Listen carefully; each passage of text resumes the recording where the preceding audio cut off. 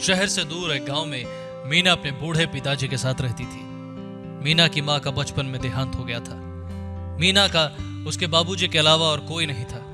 हमेशा अकेले और आजाद रहने के कारण उसका सपना बन गया था एक छोटे परिवार में शादी करने का, जहां सिर्फ सास ससुर और पति हो। बड़े परिवार में जाने की बात सोचकर भी वो घबराने लगती थी। एक दिन आंगन में बैठे उसके बाबूजी ने कहा, बेटी मीना, तेरे लिए एक रिश्ता आया है। शहर में रहने वाली तेरी जमुना चाची ने तेरा हाथ मांगा है अपने छोटे बेटे रोहन के लिए। लड़का अच्छा है और परिवार भी। पर बाबूजी, वो तो बहुत बड़ा परिवार है और उस घर में तो 5 बेटे और 4 बहुएं हैं। मैं तो मर ही जाऊंगी काम करते करते। सबसे छोटी बहू समझकर सारी बड़ी बहुएं मुझसे इतना काम करवाएंगी। इतना सारे लोगों के लिए खाना बनाना, सबकी सेवा करना, सबको एक साथ खुश रखना, सबकी बातें सुनना। ना बाबा ना, मुझे तो सोच कर ही डर लग रहा है। मैं नहीं करूंगी इतनी बड़ी परिवार में शादी। लाला जी को अपनी बेटी की बातों पर हंसी आ जाती है, लेकिन उसका भला सोचकर वो मीना की शादी उसे बड़ी परिवार में कर देते। विदाई के समय मीना अपने बाबूजी से मुंह फुलाकर शिकायत करते हुए कहती है, आज अगर मेरी माँ होती तो वो मेरे डर को समझती और मेरी मर्जी के बिना ऐसी मेरी शादी इतने बड़े परिवार में कभी नहीं करती। बाबूजी, आपने मेरे साथ ये अच्छा नहीं किया। आपने मेरे बारे में एक बार भी नहीं सोचा। मेरी प्यारी गुड़िया रानी, तेरा भला और बुरा सब सोच कर ही मैंने ये फैसला लिया था। तो इस घर में खुश रहेगी, ये मेरा वादा है तुझसे। ना चाहते हुए भी मीना शादी करके मुंबई के उस बड़े से बंगलों में आ जाती है, जहां उसका पूरा परिवार बड़े धूमधाम से उसका स्वागत करता है। सास ससुर और 4 जेठ जेठानियां, साथ में 3 ननद को सामने देखकर मीना के तो होश ही उड़ जाते हैं। उसने जितना सोचा था उसके ससुराल का परिवार उससे भी ज्यादा बड़ा निकला। मीना ने अपने बहते आंसुओं को किसी तरह संभाला और डरते डरते कलश गिराकर गृह प्रवेश किया। माँ जी, छोटी बहू तो एकदम चांद का टुकड़ा है। देवर जी की किस्मत तो चमक गई है। हाँ, सच में कितनी मासूम और प्यारी है ना। और रंग तो देखो जरा, एकदम दूध के जैसी गोरी चिट्टी है। अब लाइट चली जाएगी तब भी हमारे घर में अंधेरा नहीं होगा। अरे अरे, तुम सब अभी से इस बिचारी को परेशान मत करो। शांति से चैन से सांस तो लेने दो मेरी छोटी बहू को। बहू, तू थक गई होगी, जा आराम कर ले। बाकी के रस्में हम कल कर लेंगे। चारों जेठानियां मीना को उसके बेडरूम तक छोड़ने उसके साथ जाती हैं और साथ ही खूब मजाक भी करती हैं। मीना इन सब बातों से और भी ज्यादा परेशान होने लगती है। सुहागरात के सज्जे पर मीना का पति उससे कहता है, क्या खूब लगती हो, बड़ी सुंदर दिखती हो। सच में यार, तुम कितनी खूबसूरत हो। अच्छा हुआ मैंने अरेंज मैरिज कर दी, वरना मैं तो कभी भी तुम जैसी प्यारी लड़की पटा ही नहीं पाता। मैंने सुना है शादी की रात को दूल्हा अपनी दुल्हन को कुछ गिफ्ट देता है। हाँ, सुना तो मैंने भी है। तो क्या मैं अपनी पसंद का गिफ्ट मांग सकती हूँ तुमसे? अरे बिल्कुल, ये तो तुम्हारा हक है। बोलो, क्या चाहिए तुम्हें? चांद धरती पर ले आऊं या आसमान के सारे तारे तोड़ लाऊं? जी नहीं, ऐसा कुछ भी नहीं करना है। मैं बचपन से ही अपने बाबूजी के साथ ही रही हूँ। तुम्हारी इतनी बड़ी फैमिली में मुझे एडजस्ट होने में थोड़ा टाइम लगेगा, इसीलिए मैं चाहती हूँ कि कुछ दिनों तक तुम और मैं अलग घर लेकर रहें।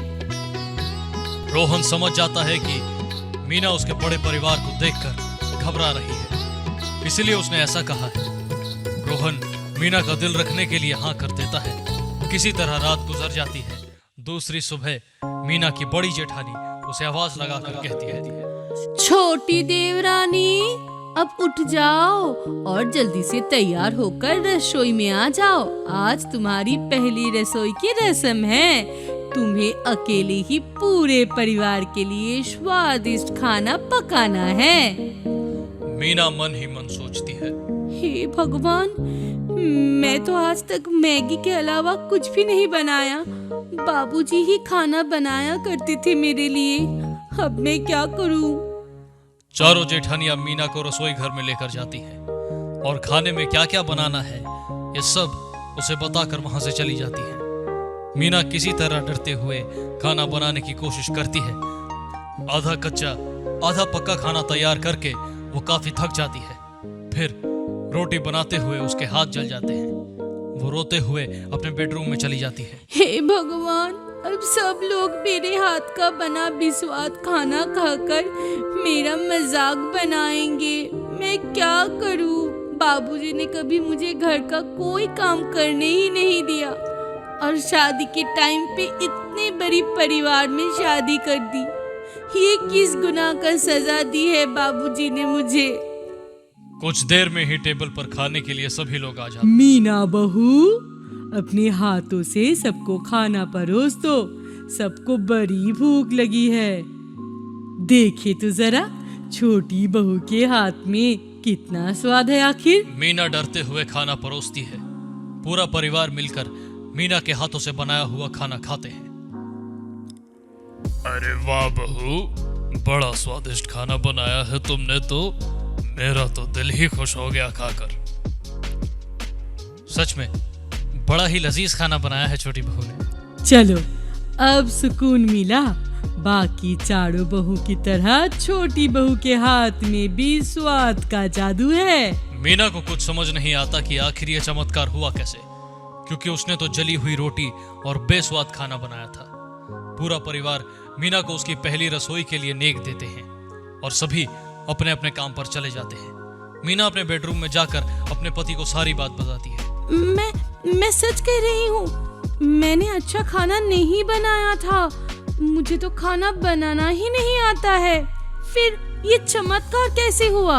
रोहन मीना की बातों का कोई जवाब दे पाता उससे पहले ही मीना की चारों जेठानियां वहां आ जाती हैं।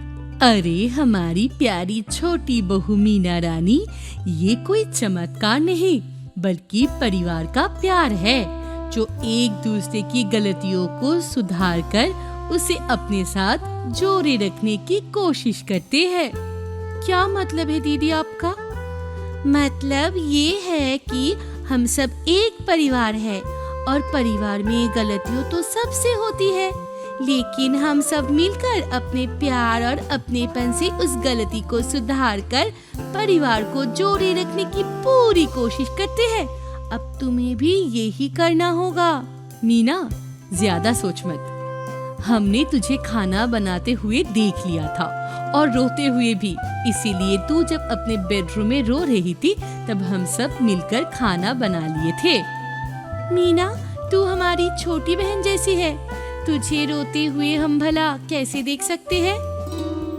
मीना अपनी चारों जेठानियों का ऐसा प्यार दुलार देखकर अपना सारा डर भूलकर सबको गले लगा लेती है और खुशी खुशी अपने परिवार के साथ रहने लगती है। आज मुझे समझ आ गया है मेरी बाबूजी मुझसे कितना प्यार करते हैं। उन्होंने हमेशा मेरा भला सोचा और मुझे परिवार का मतलब समझ आए, सबका प्यार दुलार मिले।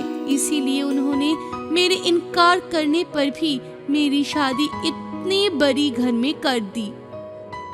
मुझे नहीं पता था कि पांचों बहू का इतना प्यारा खट्टा मीठा संसार भी हो सकता है।